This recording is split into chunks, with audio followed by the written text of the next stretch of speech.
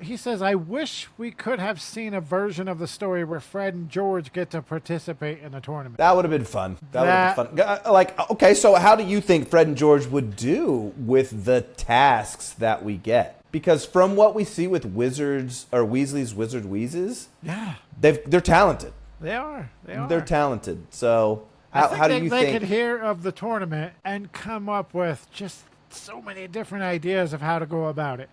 I mean, the first task, you get your wand. Well, that's all they need.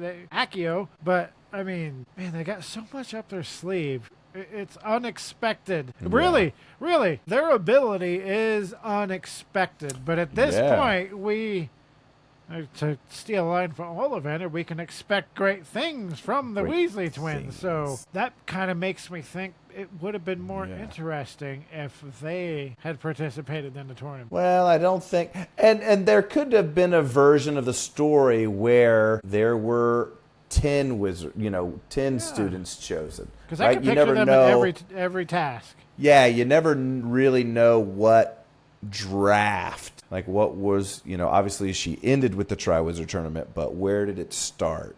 So, that would have been a cool story where there weren't just 4, but now there are a dozen, or, it's just different tasks. And yeah, that could have been an interesting turn, but well, I mean, maybe not Fred and George, but maybe Fred or George. Yeah, I could see that. And then they switch out for each other. He's really good at this. He's gonna go do that. And Hermione figures it out, and now she's like, she doesn't want to get them kicked out. Yeah, I could see something fun. I don't, obviously with the Triwizard Tournament, it wouldn't have made any sense for unless it wasn't Cedric Diggory and it was the Weasley twins, but then Cedric dies and we don't want the twins to die. So, but yeah, I think the twins would be able to hold their own.